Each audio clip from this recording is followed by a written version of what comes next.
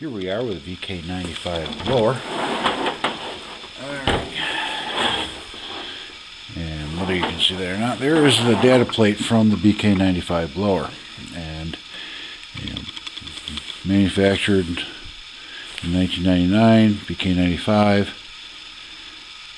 This mounts by 3 screws on the back of the blower with that little lip right there hanging inside the back of it. And of course it's got a 110 power line and a significant number of screws.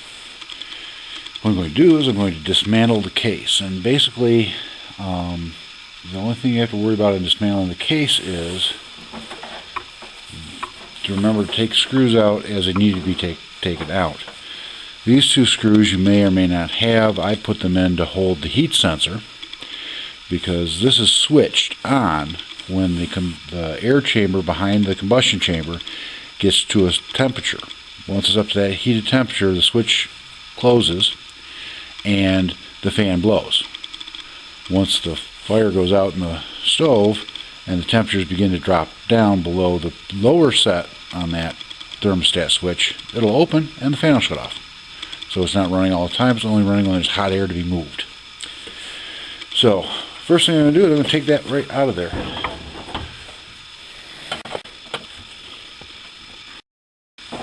Screw number 1. And luckily all these screws are the same, so you don't have to worry about one screw being longer than the other or something as far as the housing itself is concerned. Alright. Now, I have opened up Pandora's box, as you can see.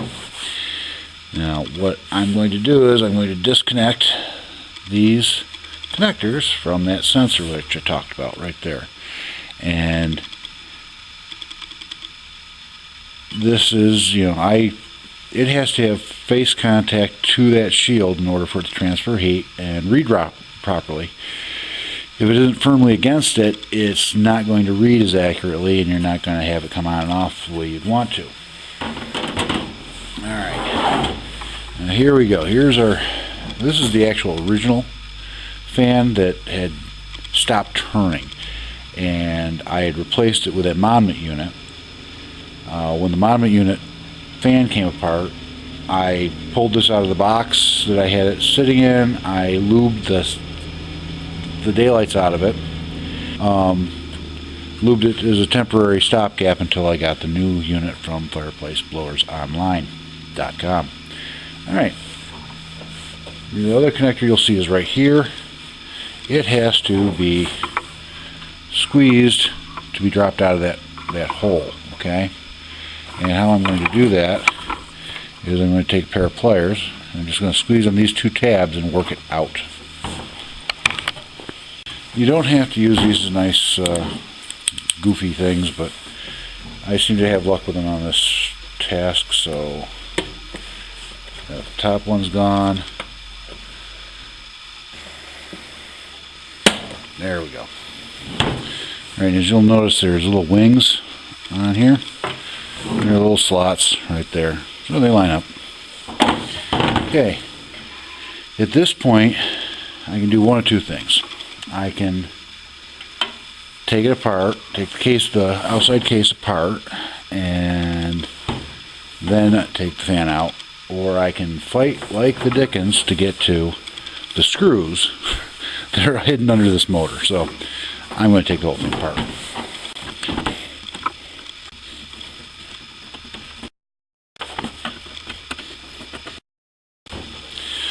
1, 2, and 3 on the back side.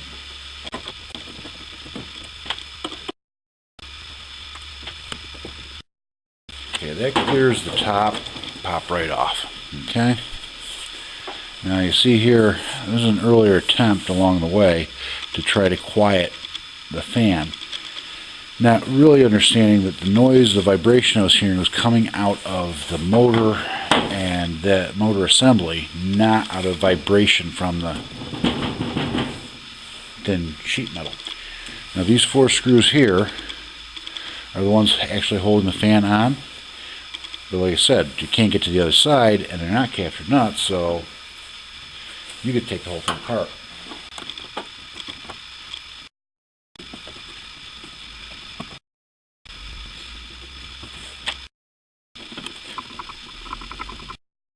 screw, and you see shaped.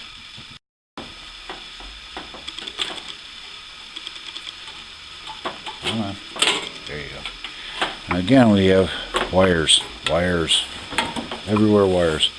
But if you think about it, you really don't have to do much with that, simply because you now have access to these little nuts on the back sides of that. Now these nuts that are holding that housing are 9mm, and all you gotta do is hold the thing steady, keep it from turning while you back out the screw. The machine screw is holding it.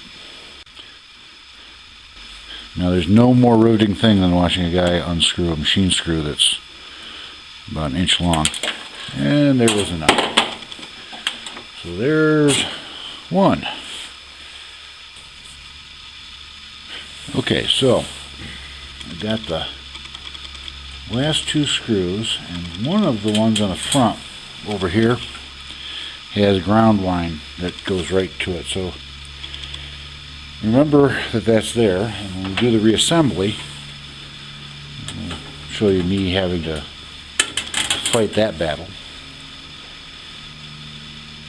So all my screws and nuts are accounted for, and voila, we have a wired together fan.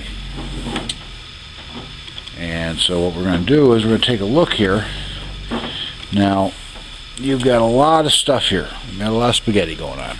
These two connectors we know go to that temperature sensor. Alright, you might want to be able to keep that in mind. And I'm going to swing the wiring harness out from underneath, and you're going to see a couple things, okay? You've got two wire nuts that are holding the original connectors, because I cut them when I put the other fan in. Now when I put this back in after lubricating it to within an inch of its life, I had to wire nut those back together. Now if you notice, the original unit here looks somewhat more like what Fireplace Blowers Online sent me than that Monmouth unit, but there's probably a few differences.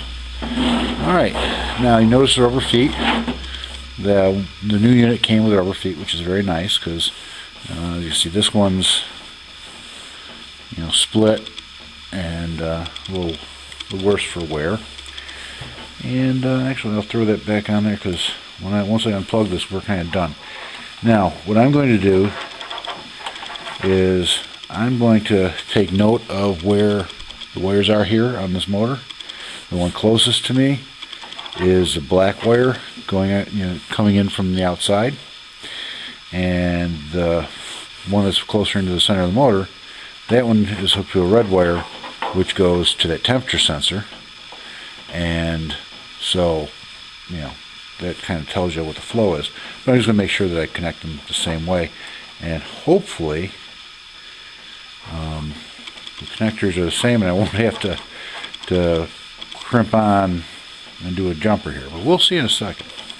Alright folks, I've got both motors here, both fans side by side, and I'm going to take a look at what we got here. This yellow and green stripe line here is a ground wire.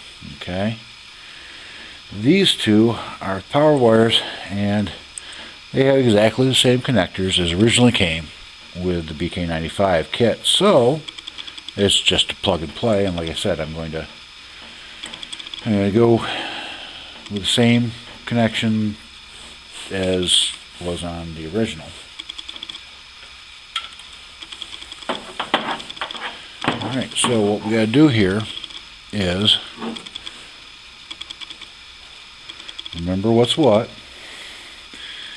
These are for a temperature sensor, and this red wire and this black wire are for power and neutral. So I'm going to take that wire, which is closest to me, and I'm going to plug her in to the black, and I'll plug the red into the other one. And you'll see if you look at the ends of these that they're kind of shaped to match each other. So, don't put a round peg in a square hole, and don't eat yellow snow, and all those other wonderful admonitions. Alright, so I said the feet are included in the new fan, so I don't have to reuse those again. These are the second fan those have been on. And now we get to figure out how to put it back together. Now here is our replacement. I'm going to point something out to you that you may not have noticed, and that this can go in here darn near any way you want. And you see that shape and you see that shape, and you might become deceived. It doesn't go that way. It goes that way. And the reason being is this shield actually sits like this. And that allows the intake air and the output air to be somewhat separated. Alright, now with the GFK160 here, you've got two legs, so understand that you've got this surface, you got this surface. Put the rubber plugs in the right place, and you'll want to be sure to set it in the way it's supposed to go, or you'll be crying, and we don't want you to cry. Okay, so I'm going to take a look at some of my connections.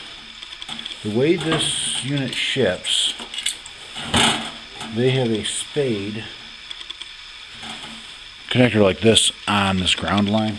I replaced it with an eye, and I'm going to put it right around a screw that's going through the base to hold it in place. That makes more sense to me. Alright, now let's see. We have on the small end here, we have another ground wire, which will have to go to a screw.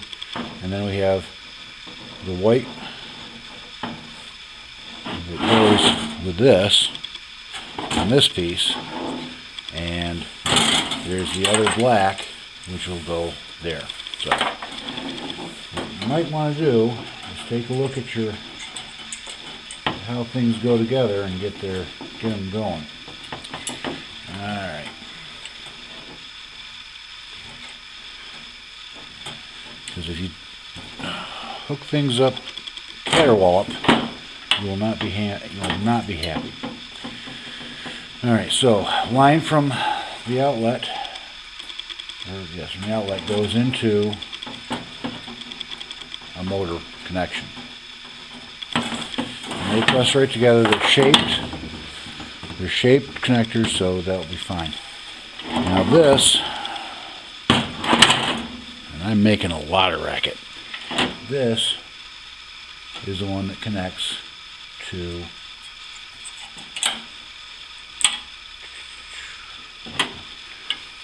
this one, red.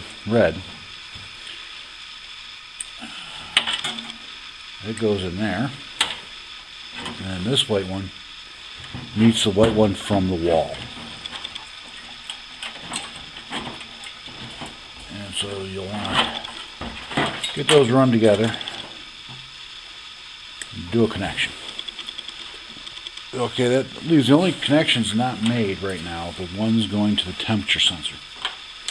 Alrighty. Now we got to make as much noise as I can so the audio is really bad, because I'm just that kind of guy. And I'm going to run screws up because I've got two ground wires I want to wrap around these little screws. And the only way to do that is run screws up.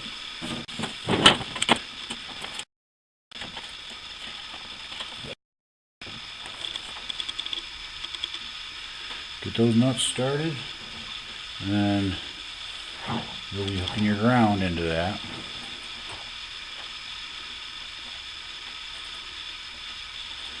And I suppose I could have hooked the two grounds together, because that ground wire from the motor, the fan motor, is actually running to the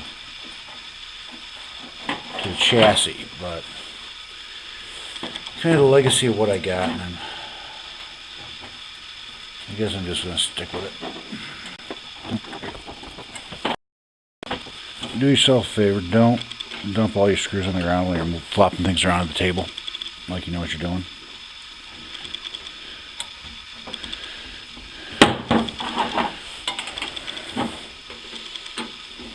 Just tighten them down until they start compressing the rubber feet. You are not tightening lug nuts down. Nothing here should take more hand strength than your grandmother has. And she'd probably be better and more coordinated than I am. Alright. That being done there, I can actually start putting that end together if I wanted to. And I think I'm gonna. And couple things you gotta do is make sure things are lined up. And as Jeff over at Redneck Restorations, this old truck, will tell you, start them all before you tighten any.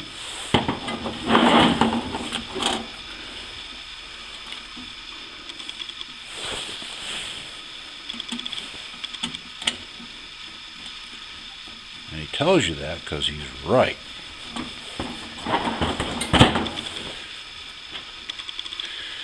The caveat to that is, remember to tighten them all after you've finished putting them in, because you don't want them falling out.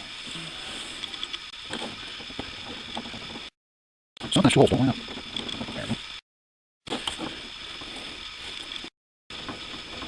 Okay, so I've started them all, and now I'm going to run them all down, and not a whole lot of torque. Turn it till it stops turning. Give it a little bit of a snug, and consider your work done there. Do not strip them out.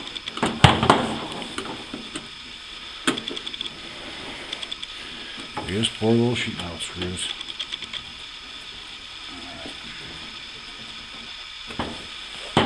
Now, as the ones paying strict attention at home will realize, I haven't started those two yet, and I'm going to do them now.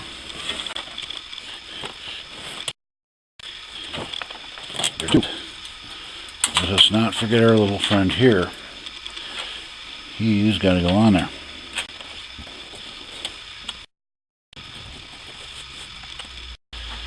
Alright, I've started them. Half wrench will travel. Now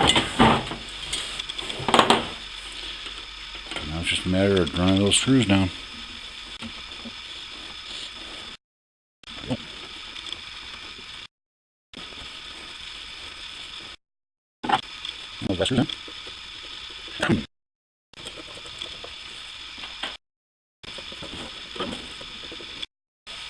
I'm running out of screws.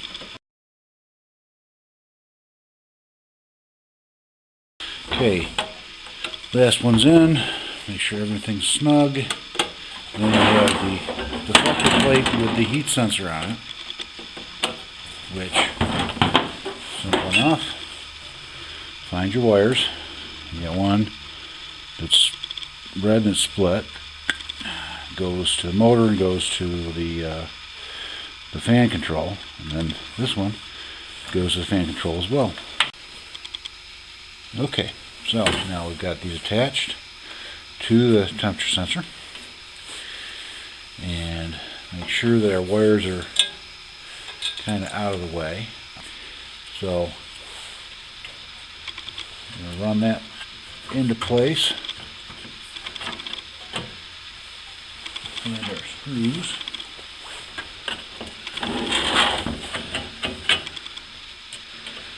Line up the holes and give them a little start.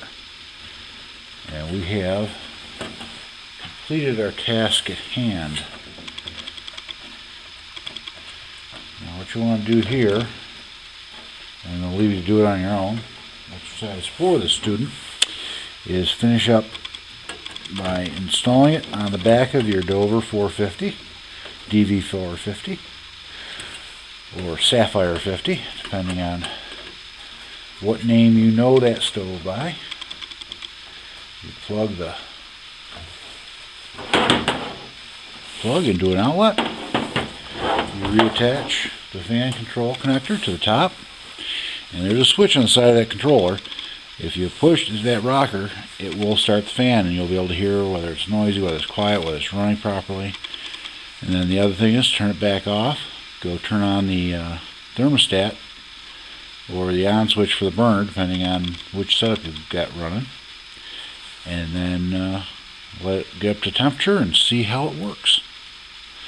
Thank you for watching my video. I appreciate you spending the time with me today. And there'll be information down below in the description for the part numbers and where I got the blower motor for this. And if you liked the video, please click like. If you wish to subscribe, I'd be more than honored to have a subscriber, but I don't know when I'll be doing another video, so don't have high hopes of getting your feed just loaded with videos from me. So thank you very much for your attention, and you have a wonderful day.